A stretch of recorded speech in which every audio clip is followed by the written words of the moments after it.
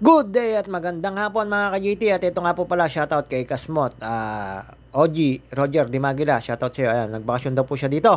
At syempre nag-uulan, kami paalis at kasama ko mo ang dalawang may birthday at isa pang may birthday. Happy birthday Toby Ginar Lakap, Elvis po Walagaya at Clarita Castor. Shoutout sa iyo, happy birthday. At syempre dito palabas na po kami ng aking pinsan at alam niyo naman po, kaibigan din po namin ito at may usapan. At after mag-Padre Pio, kami po ay magpapabindisyon ng kanyang bagong sasakyan. At yun nga po, oy, JT, payat na yan. Okay na lang, konti na lang, 1 kilo na lang, maano mo na yung bet mo. Pero syempre mga JT, di pa tayo titigil, kapirasong timbang na lang ang ating uubusin para ma-rate ko na yung 75 kilos. Tayo ikakonting kakapiraso na lang. At salamat nga po pala sa mga ka-JT ko. At sa mga sumusuporta at naniniwala sa akin at nakasalubong ko si Lowella Cuevas, ang kapatid ni Lawrence.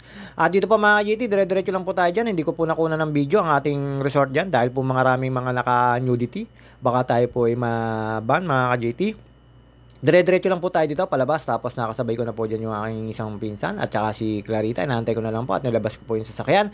Napabibindisyonan, alam nyo naman po tayo mga ka-GT, syempre paniwalang-paniwala po tayo sa aming mga nasa taas. At yun nga po, may kanya-kanya po tayong religion. Syempre tayo, ito naman po tayo. At nakita ko po dyan yung may birthday, tapos niyaago na po, ipinarada niya po yung sasakyan niya yan dahil daw po ay mayroong exclusive ang Villamilla. At syempre, pagkatapos ko po makuha yung sasakyan, tumambay lang po muna tayo dito sa harap ng Abu Castillo Motor Shop mga ka-GT. Sa mga gusto magpa-chainsaw at magpagawa ng ayan po yung my birthday, si Elvis po Walagaya. Antayin ko lang po yan. Sa ngayon, ang favorite na niya ay laging puting damit at yung magdilig ng halaman at yung magpahid ng mga nakakaalis ng pain sa katawan. Alam nyo na mga katikatin ko. At yun nga po, pagkapasok ko po rito mga ka-GT, lampas lang po tayo dyan, pasok po tayo, kuha ng sasakyan, tambay lang po sa may gate at nakita ko po yung motor shop ni Pinsan Abu Castillo at nakita ko po dyan si Scott, si Brian Luzon. At dito po, pasok lang po tayo sa Villamilla. Exclusive nga po, ngani. At pagpasok po dyan mga ka-GT, syempre dire-diretso lang po tayo dyan. At nakita nyo naman po dyan, no parking dahil exclusive ngani. Pagkakuha po ng sasakyan dyan ay papa-bless mga ka-GT. At yun nga po, papunta kaming Padre Pio, Santo Tomas. At ayan po yung nakikita nyo po na nasa harapan ko, motor shop po yan ni Abu Castillo mga ka-GT. At syempre mga ka-GT, sa mga Tagalosnap City na mga pool agent, pwede ho kayo dito, legit agent na mga magpa-reserve. At dito nakatambay lang po tayo. Uy, wala nang tiyan, kakapirasyo na, konting-konti na lang. At alam nyo na po mga ka-GT, inano pa yung pinakita na wala nang tiyan, kakapirasyo na yung tiyan. At syempre, inaantay ko lang po yung mga kasama ko po dyan. At pagkasama ko, po namin, gora na kami dahil po naulan. At nga po, diretso po tayo, daan po tayo sa may Ayala na subdivision, paikot po ng Turbina, papasok po sa may Turbina, papunta po kami ng Batangas at exit po ng Santo Tomas. At pagka po kayo may exit papuntang Batangas, maantimano makakakita nyo po ay yung tawag dito, ayan po, dumating na po yung may birthday. Alam nyo naman po, kailangan natin silang pag-drive. At yun nga po, ang una nyo pong exitan ay dito, papunta po ng Batangas. Makikita nyo po agad dyan kasi ginagawa po yung kalsada. Sobrang medyo katrapikan po dyan mga ka-GT. Kanan lang po tayo dyan, ang diretso po niyan ay papuntang Crossing Calamba. At ang papalik naman po ay papunta rin Batangas, Turbina. At yun nga po, syempre, old road po yun. Kumbaga sa tawag dati, Bayan. At National Road, ito expressway po tayo, Calabarzon po tayo, kanan lang po tayo. Ayan mga ka-GT, dire-diretso lang po tayo dito. Inabot po kami ng ulan, papunta po ng Padre Pio mga ka-GT. Pagkakalong ko po, Tanawan o Santo Tomas po yun. Basta Batangas na po yun, nakakasakop doon. Dito po, wala naman pong pass through. Sa exit po, syempre kailangan may laman po yan. Hindi rin man po kayo makaka-exit pag walang laman. At dito po, ayan mga ka-GT, hanggang dito po yung traffic dahil po may ginagawang kalsada rito. At pagkalampas po namin sa nagsisikip na kalsada na yon, dahil po may mga barrier, dahil ginagawa po at pinalalapad mga ka-GT, ito kahabaan po ito. Sunod lang po tayo sa traffic. At syempre, mga naulan pa po dyan. Naulan pa po dyan. At yun nga po, kanan lang po tayo dyan. Medyo lumuwag na po rito. Nakaalis na po kami doon para nag-iimbudo na kalsada. Kasi po, gawa nga po nito, pinaghihiwalay. At saka po, kailangan pong palaparin ng kalsada na to. Itong pong Calabarzon na to, papunta pong Batangas. Ang dire-diretso po nito ay Batangas City. Meron po na exitan dyan. Tanawan, Santo Tomas, Malbar, Lipa, basta marami pong exitan dito sa Nusep, tapos pinakadulo po nito ay Batangas City mga ka-JT, at may gawa na po sa Batangas City yung tulay na papunta po ng Batangas City. Ang ilalim mo ay papuntang Rosario at ang kanan po ay papunta namang Lipa, San Jose, at kaliwa naman po at diretso Rosario papunta po ng tawag dito, Pierre. Tapos ang kaliwa po ay papuntang Batangas City. Pag doon din po kayo dumaan sa ilalim. At syempre mga ka-JT, itong kahabaan na to, medyo bumabagal po yung sasakyan dito. Sa kaliwa po ay light vehicles, at dito sa right ay pwede truck, heavy vehicles at light vehicles. Basta pagkatapos po niya mga ka-JT, eto, dire-diretso na po tayo dito. Parting ito po ay papunta na po Santo Tomas. May exitan po agad dito ng Santo Tomas. Syempre, exit po tayo na papuntang Santo Tomas mga ka-JT, at doon po yung daan para malapit sa papuntang Padre Pio. Daanan po natin yung dalawang circle. Isa po dito sa may Santo Tomas Circle, at ang pangalawa po ay dun din Santo Tomas din po, pero doon po sa may Isuzu mga ka-JT. Dadaanan po natin nasa parting kanan ang pinaka-pamilihang bayan ng Santo Tomas. Pagka nandun po kayo sa National Road, ito sa Calabarzon pa po ito. Wala pa po kayo makikita rito kung hindi kalsada lang, tapos mga barrier. Ito po ay kasakupan pa, nasasakupan ng Calabarzon, pero Santo Tomas na po ito, Batangas na po ito mga ka-JT. At syempre, alam nyo naman, tao lang po tayo, minsan nagkakamali, minsan tama. At shoutout nga pala po sa mga tropa natin, sa mga nanonood at sumusuporta sa atin. Syempre, pag nakita nyo na po yung Santo Tomas exit, exit na po kayo. Dito naman po sa may Santo Tomas exit, paglampas nyo po ng toll gate, medyo meron po na stoplight, medyo minsan dito pag rush hour, talaga naman po napakahaba ng traffic, kaya napadyan po kami na hindi po traffic mga ka-JT. Basta ito, pag kumanan po kayo, ito Santo Tomas exit na po ito. Dito po, dadaan po kayo sa may San Rafael po ata yun. Basta may dadaanan po kayo dito bago dumating po sa circle. Basta meron po kayong kapirasong National Road sa papunta po doon sa may Isuzu, kakaliwa po. Tapos yung diretso po sa may Isuzu dito sa Santo Tomas ay papunta naman po Batangas City. At alam nyo naman po, wag po tayong papasok sa loob ng Santo Tomas. Excuse me po, pwede sa National Road lang po, doon sa may circle, kaliwa lang po kayo. Pagka-exit nyo po rito, wag po kayo diretso, papunta po ng bayan yon, papunta po ng simbahan ng Santo Tomas. Siyempre, madadaanan nyo po yan, yung nasa ibabaw na expressway yan, mga ka-JT, Calabarzon yan. Dito po, nakaranas po tayo ng bagyang traffic dito kasi may mga pa-exit, pa-entry, palabas, lahat po ng counter nandito, pero wala na po mga stoplight dito. Karamihan lang po talaga ng mga sasakyan, tapos may mga galing po ng Batangas sa mga trailer na magdi-deliver po dito sa mga industrial, kaya ayan po, nakita nyo naman po ang lalaki po niyan. May mga industrial po kasi dito, mga JT, hanggang ba nagkukwentuhan kami dyan, ni Bebang, ni Lorena, tsaka ni Birthday Boy, Elvis po Lagaya.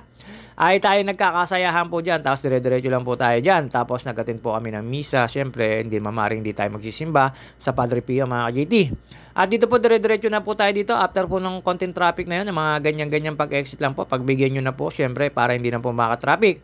At paglampas po doon, tumigil naman po yung ulan, dito may circle po tayong dadaanan, at ito po yung sinasabi ko sa inyo, pag dumiretso po kayo, ay papunta po Santo Tomas sa church, Santo Tomas sa loob ng bayan. Pag kumaliwa po kayo, ito po yung National Road na sa may Santo Tomas, pero meron po ditong pamilihang bayan sa parting kanan. Pagdating nyo po sa stoplight, nasa kanan lang po,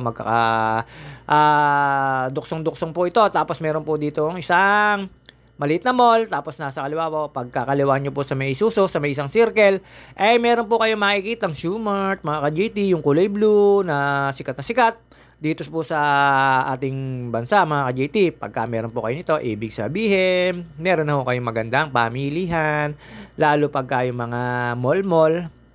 Siyempre, ito mga ka-JT, yung sinasabi ko sa inyo, kanan na yan, ay pamilihan bayan. Tapos yan po isang mall na sinasabi ko, na sikat na dati, pero doon sa kabilang highway, sa makalampas po na Isuzu, na way. Pag dumiretso po kayo dyan, papunta po Batangas. Pag kumaliwa po, ay papunta po Aliminos. Tapos dito, pagkakaliwa nyo po dyan sa may circle, ikot lang po kayo dyan. Ay may makikita na po kayo dyan, mall, entrance, yung kulay blue, mga ka-JT. At yan po, sinasabi ko sa inyo, yung padiretso na yun. Siyempre, kakaliwa lang po tayo.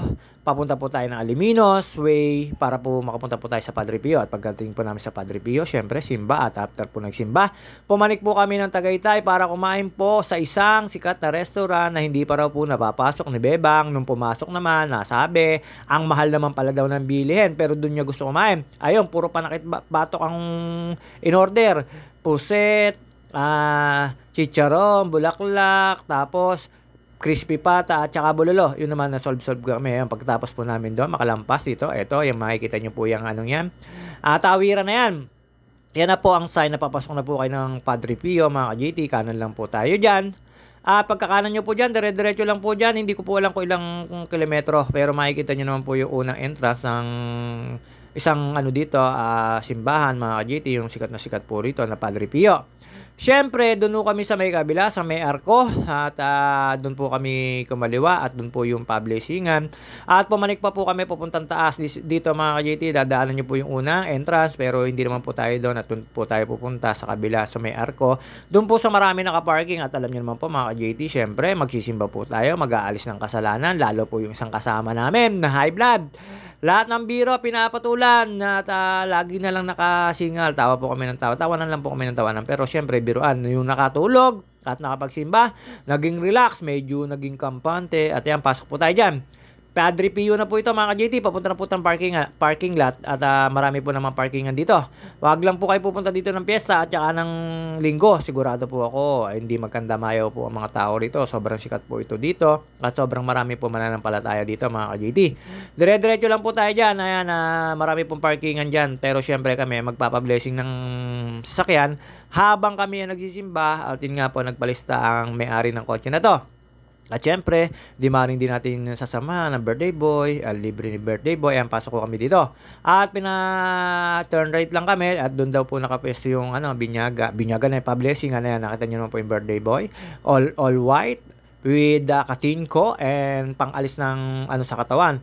Syempre, lakad-lakad lang po tayo, medyo sarado po yung isang kumbento na yan, doon po kami sa kabila napasimba at yun nga po, mga ka-JT. Pumunta lang po na kami sa office. May dala pa tayong payong dyan kasi nag-aambot, nag-uulan dyan. Uy, JT, kukunti na ang double chin. Kaperaso na. Konting diet pa. Konting-konti na lang. Pwede na. At yan, mga ka-JT, syempre, nakita nyo naman po, hindi siya nahinga. Kahit po huminga, ay wala na po siyang Tommy, mga ka-JT. At syempre, malayong-malayo po tayo sa Marites ngayon. Tayo po ay mag-aalis ng kasalanan. At yun nga po, syempre, mga ka-JT, itong Padre Pio na po ito ay sikat na po ito. At pumunta po ako sa harapan. Alam niyo naman po, para makapagpa-cute. Ayan po, lakad-lakad lang po tayo sa lumang kumbento rito. At dyan po nagsisimula na yung misa pagkarating po namin. Eksakto pong 2 PM ang punta namin dito. Nag-uumpisa na po siya. At yun, mga ka-JT, daan lang po tayo dito. Nakikita nyo naman po, marami na po na umatin ng mass at pumunta muna tayo doon sa bayaran para po doon sa pa-blessingan, mga ka-JT. Pwede naman po rito after mass, talaga may nagbe-blessing po, sabay-sabay naman po dito bine-blessingan at ang dami po nagpa-blessing dito. At syempre, mga ka-JT, pupunta lang po tayo sa harapan at overviewing lang po yung kanilang arko. At syempre, mga ka-JT, hindi na po magtatagal ang ating video. Ayan, ginagawa po yan, siguro pinapaganda. Ang dami pong dito, bilihan ng mga pang ilong, basta yung mga nananakit sa katawan, marami po kayo mabibili dito. At syempre, mga ka-JT, hindi na po magtatagal ating video, hanggang dito na lang po muna tayo. See you on my next video at kami po ay papanik ng Tagaytay para mag-celebrate ng mga may birthday. At salamat nga pala po sa birthday boy Elvis po Lagaya sa cake na binigay mo sa akin. Cake ba? Bibingka. At yun po, mga ka-JT, see you on my next video. Shoutout po sa mga naniniwala at nagtitiwala sa akin. At syempre, ayan, ang pinaka sentro niya, mga ka-JT. At dito po, hanggang dito lang po.